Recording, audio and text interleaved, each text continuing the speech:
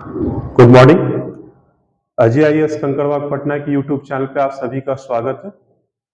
आज के इस वीडियो में जिस टॉपिक की चर्चा करने जा रहा हूं वह है व्यापार बाधाएं या ट्रेड बैरियर्स।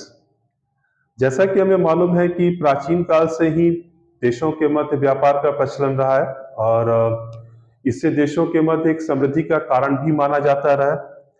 और आधुनिक समय में भी हम ये देखते हैं कि विदेशों के मध्य देशों के मध्य विदेश व्यापार काफी प्रचलित रहा है।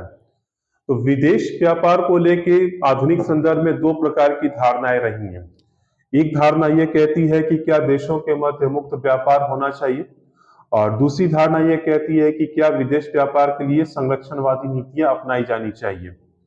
तो अधिकांश देश मुक्त व्यापार के साथ साथ संरक्षणवादी नीतियां भी अपनाते हैं, और इसके कारण संरक्षणवादी नीतियां अपनाने के कारण विदेश व्यापार में कई बाधाएं भी हम लोग को देखने को मिलती हैं।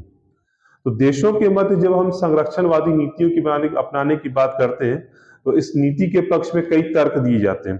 जैसे कि सबसे पहला जो तर्क दिया जाता है वो ये होता है कि व्यापार की शर्तों का उल्लंघन।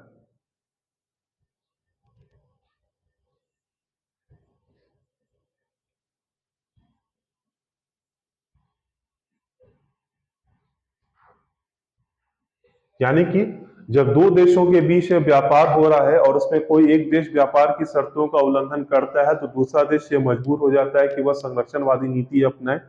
इसके साथ साथ यदि कोई देश कम लागत पे दूसरे देशों में पर निर्यात कर रहा है तो ऐसी दशा में जो सामने वाला देश है वो भी क्या करता है, एंटी डंपिंग ड्यूटी लगाता है। फिर एक और तर्क ये दिया जाता है संरक्षण करने के लिए कि अधिकांश देशों में जो उद्योगों का जो विकास है वो अपने शैशवावस्था में ही है, इसलिए उनका संरक्षण करना आवश्यक होता है। और आज के डेट में यह भी देखा गया है एक अन्य तर्क के तौर पे कि जो अधिकांश देश जो होते हैं वो अपने मानव, पशु या पौधों के स्वास्थ्य के दृष्टिकोण से या पर्यावरण संरक्षण के दृष्टिकोण से भी वो संरक्षणवादी नीति लगाने की चर्चा करते हैं। तो अभी हमने हाल फिलहाल ये देखा है कि राष्ट्रपति जो चुने गए अमेरिका के डोनाल्ड ट्रंप, उन्होंने भी कई देशों पे प्रशुल्क लगाने की चर्चा की। उनके पीछे उनका तर्क ये था कि इससे अमेरिका का हित तो प्रभावित हो रहा है, इसलिए प्रशुल्क लगाने की जरूरत हो जाती है। तो इसी संदर्भ में हमें यह देखना है कि विभिन्न देशों द्वारा ऐसे कौन कौन से उपाय किए जाते हैं जिसके कारण से आपसी व्यापार में बाधाएं पहुंचती हैं।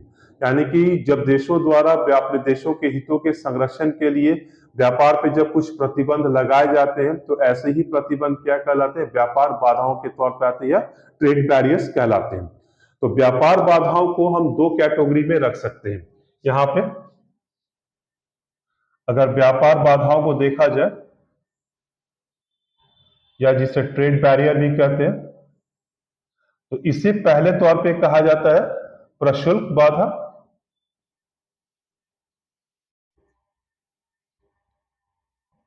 यानी कि टैरिफ बैरियर।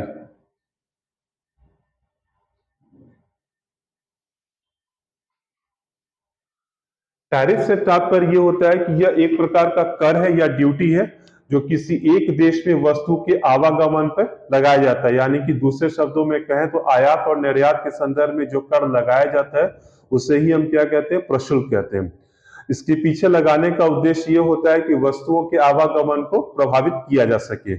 सामान्यतः कोई भी देश कभी भी अपने देश से होने वाले निर्यात पे वो कर नहीं लगाता। वह जब भी कर लगाता है तो उसको यानी कि आयात की जाने वाली वस्तुओं पर लगाता है।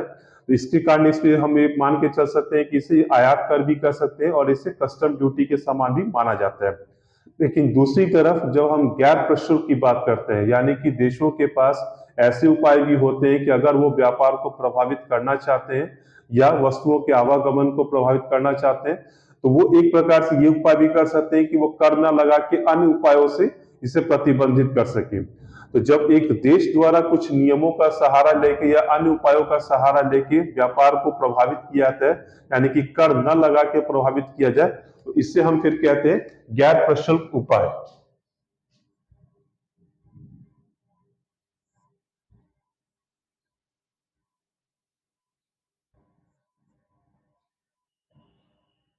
गैर प्रशुल्क उपाय को पुनः हम दो भागों में बांट सकते हैं।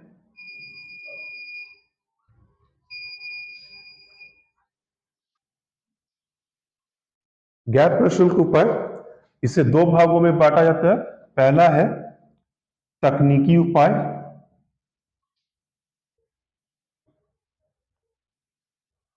और दूसरा होता है गैर तकनीकी उपाय।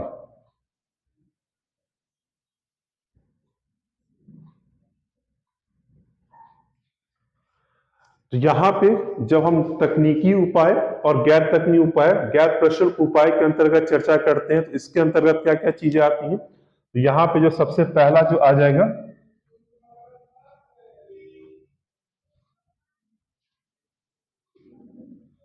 रेगुलेशंस, दूसरा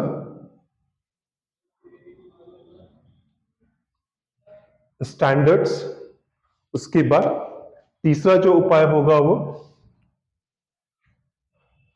टेस्टिंग, और चौथे उपाय के तौर पे सर्टिफिकेशन। यानी कि यदि कोई एक देश अन्य उपाय के तौर पे, यानी कि अपने देश से वस्तुओं को आने के प्रवाह को अगर रोक रहा है, तो वो कुछ नियम बना दे रहा है, कुछ मानकों को तय कर दे रहा है, या वस्तुओं के परीक्षण पे जोर दे रहा है कि क्या उसमें कुछ अवांछनीय तत्व है कि नहीं, और फाइनली सर्टिफिकेशन की बात आती है। तो यहाँ पे हम देखते हैं कि बहुत सारे ऐसे देश होते हैं कि जब भी किसी वस्तु को अपने देश में वो आयात करते हैं, तो इन नियमों को वो क्या करते हैं, वो पालन करने के लिए कहते हैं, और अगर ये ऐसे नियम पालन नहीं होते हैं तो फिर क्या किया जाता है, उन वस्तुओं को रोक दिया जाता है। तो ऐसे उपायों को हम क्या कहते हैं, तकनीकी उपाय कहते हैं। लेकिन जब हम गैर तकनीकी नॉन ट्रेड बैरियर्स की बात करते हैं, तो इसके अंतर्गत जो सबसे पहला जो आता है उपाय, उसे हम कहते हैं कोटा। कोटा कहने का तात्पर्य यह होता है कि जब कोई देश दूसरे देश से किसी वस्तु का आयात कर रहा है, तो वो उस वस्तु को आयात की जानी मात्रा को तय कर देता है, यानी कि उतनी ही मात्रा में वस्तु का आयात किया जा सकता है, उससे अधिक नहीं। तो यह एक प्रकार से मुक्त व्यापार का क्या होता है, उल्लंघन होता है। दूसरा, अगर हम कहें कि अगर किसी वस्तु का आयात किया जाना है, परंतु उसके लिए इंपोर्ट लाइसेंस लेना पड़ेगा, तो ये भी फिर क्या आ जाएगा, गैर तकनीकी उपाय के तौर पे आ जाता है। इसके बाद यदि किसी एक देश द्वारा अपने वस्तुओं को निर्यात को प्रोत्साहन देने के लिए सब्सिडी दी जाती है, तो इसके तौर पे परिणाम ये निकलता होता है कि जो देश अपने वस्तुओं को सब्सिडी प्रदान कर रहा है, तो उस देश की वस्तुएं तुलनात्मक तौर पे सस्ती हो जाती है। तो ये भी क्या होता है, व्यापारिक बाधा के तौर पे आएगा। और सबसे अंतिम तौर पे एक उपाय इसके अंतर्गत ये भी आता है, यानी कि गैर तकनीकी के अंतर्गत गवर्नमेंट प्रोक्योरमेंट पॉलिसी, यानी कि ऐसे देशों द्वारा यह तय कर दिया जाता है कि सिर्फ सरकार समर्थित वस्तुओं को ही खरीदारी की जाएगी और दूसरे वस्तुओं की खरीदारी नहीं की जाएगी।